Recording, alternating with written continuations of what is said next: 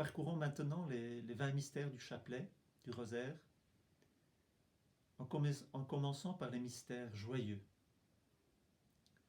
Premier mystère joyeux, l'Annonciation. Nous pouvons demander à la Vierge Marie comment elle a vécu cette visite de l'ange. Nous pouvons aussi demander au Père de nous montrer, de nous révéler ce regard qu'il pose sur sa petite enfant, sur la Vierge Marie. Avec Marie, nous pouvons espérer, dire oui, qu'il me soit fait, Seigneur, selon ta volonté, qu'il me soit fait selon ta parole. Le mystère de l'Annonciation, mystère de foi, nous demandons à l'Esprit Saint de nous aider à croire en cette présence de Dieu qui vient s'incarner en elle, dans l'Église, dans le monde, dans nos cœurs. Dans le mystère de la Visitation, nous voyons la Vierge Marie aller vers sa cousine Élisabeth. Bienheureuse celle qui a cru ce qui lui fut dit de la part du Seigneur. Nous pouvons contempler cette rencontre entre Marie et Élisabeth, ce jaillissement de joie entre Jean-Baptiste et Jésus, et y trouver un mystère de charité fraternelle. Demandons à l'Esprit Saint d'être dans nos contacts, dans nos relations avec les hommes, les femmes, avec la création, d'être plus profondément sous le souffle de l'Esprit Saint. Dans le mystère de la Nativité, nous pouvons demander à l'Esprit Saint de nous aider à voir Jésus comme Marie, comme Joseph. On regardait, on contemplait l'enfant Dieu qui venait de naître. Dans le mystère de la présentation au temple, avec Marie et Joseph, nous allons au temple et nous pouvons rencontrer Siméon, entendre les paroles de Siméon, qui accueille l'enfant Jésus et qui dit « Gloire, ton peuple Israël, lumière des nations et gloire de ton peuple Israël. » La Vierge Marie, Saint Joseph offrent leur enfant. Mais nous aussi, nous pouvons demander d'être offerts dans ce mystère. Demander au Seigneur qu'il creuse en nous ce temple, cette présence où Dieu veut habiter. Dans le mystère du recouvrement de Jésus au temple, nous voyons Marie, la Vierge Marie et Saint Joseph inquiets. Et Jésus qui leur dit « Ne savez-vous pas que je dois être dans la maison de mon Père ?» Avec Marie et Joseph, accueillir ces paroles de Jésus pour les garder, spécialement dans les moments d'épreuve où tout semble caché, s'effacer, on ne comprend plus trop l'essence des choses.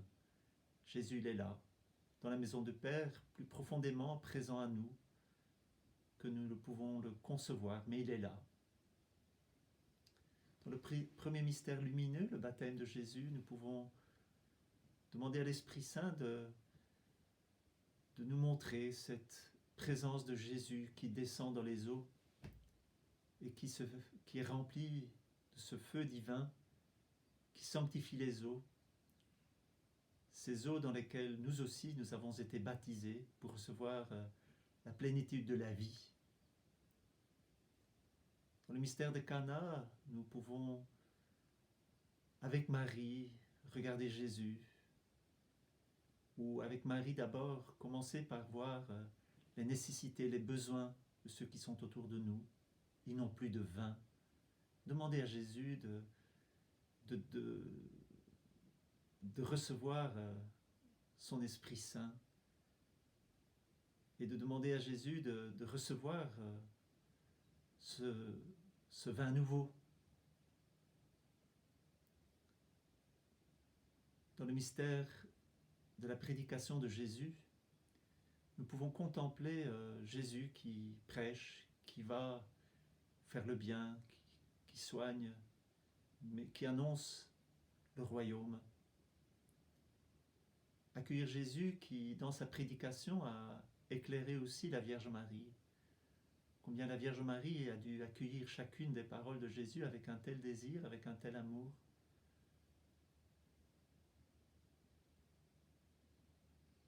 Dans le mystère de la transfiguration, nous savons que la Vierge Marie n'y était pas, mais nous pouvons quand même, elle qui est quand même aussi notre mère dans la vie divine, demander de contempler ce mystère. Nous pouvons demander à Pierre, Jacques et Jean de contempler ce mystère de la transfiguration où Jésus révèle sa gloire juste avant sa passion.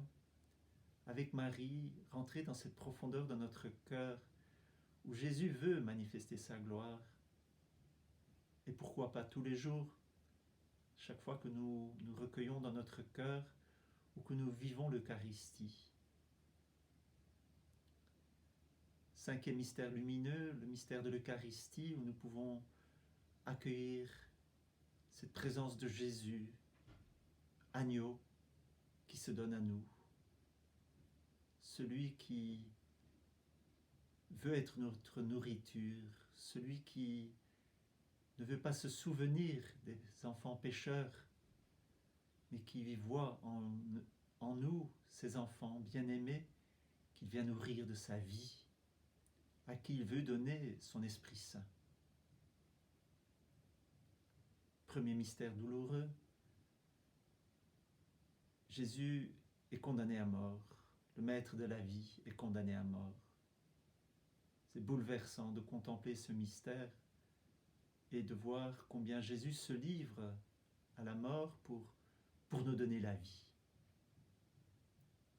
Dans le deuxième mystère, je prends la flagellation et le couronnement d'épines ensemble, où nous voyons Jésus flagellé, couronné d'épines.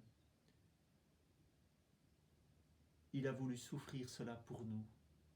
Et nous pouvons contempler cela, cet amour de Jésus qui se livre à être flagellé, à être couronné d'épines, à vivre cette dérision.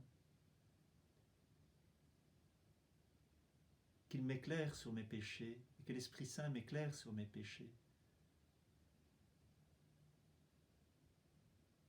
Quand Jésus porte sa croix, et tout au long de sa passion, nous savons que la Vierge Marie, elle est là. Elle nous aide à accueillir cette présence de Jésus qui vit cette profonde kénose, cette humiliation pour nous, pour moi. Quand Jésus meurt sur la croix, nous pouvons être là, avec Marie, debout au pied de la croix. Toutes ces morts que nous connaissons dans nos vies, c'est avec Marie et en Marie que nous pouvons les vivre et demander la force de Dieu qui nous relève. Croire que Jésus fait la volonté du Père et que nous aussi, nous avons à passer par cette petite porte pour entrer dans la vie. Jésus est mis au tombeau. Là aussi, nous pouvons contempler. Moi, je considère, avec mes frères de Saint-Jean, souvent, nous contemplons ce cinquième mystère douloureux, c'est le mystère du sépulcre, où Dieu est mis dans le tombeau, Jésus est mis dans le tombeau. Il accueille cette dernière humiliation d'être mis dans la terre. Et nous restons avec Marie, liés au cœur de Jésus, dans cette profonde pauvreté et dans cette profonde espérance que bientôt il ressuscite. Pour notre monde qui vit si profondément séparé de Dieu, nous pouvons demander de vivre de ce mystère de sépulcre comme Marthe Robin en vivait pour demander le feu de l'Esprit Saint sur nous et sur le monde. Le premier mystère glorieux, le mystère de la résurrection. Comment la Vierge Marie a-t-elle vécu de ce mystère de foi? Elle n'a pas quitté la foi. C'est profondément dans sa foi. Et nous aussi, toute l'Église, nous avons à vivre, à demander à l'Esprit Saint de nous faire vivre de Jésus ressuscité.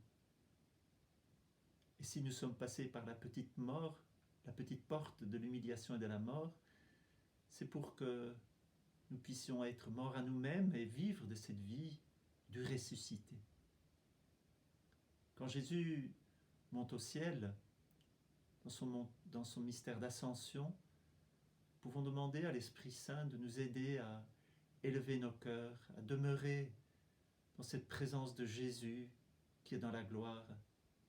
Cette gloire qui nous est déjà donnée dans notre baptême, cette semence de gloire que nous avons reçue, que si nous sommes encore dans l'épreuve sur terre, que nous puissions déjà pleinement dans un mystère d'espérance vivre de cette vie de Jésus. Quant à la Pentecôte, l'Esprit Saint est donné à la Vierge Marie, aux disciples, c'est pour que tout le monde soit embrasé par ce feu divin.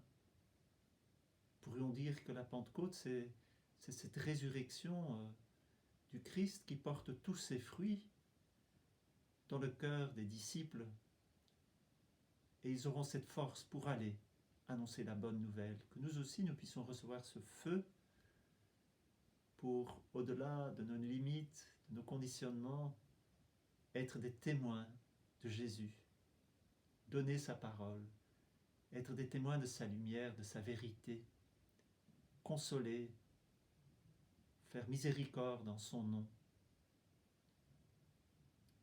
La Vierge Marie, dans son mystère d'Assomption, est attirée dans son corps, dans son âme, et elle vit dans cette plénitude de la vie divine.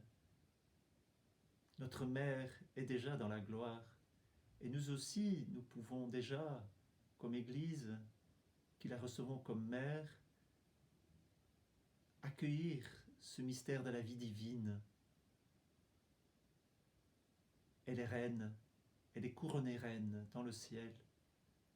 Elle peut régner sur nos cœurs. On peut lui donner toute l'autorité d'une mère.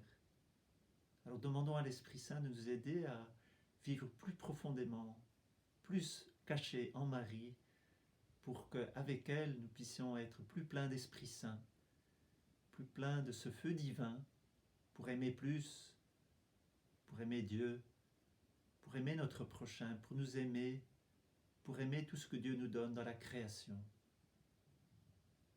Viens, Esprit Saint, viens combler tes enfants de ton feu,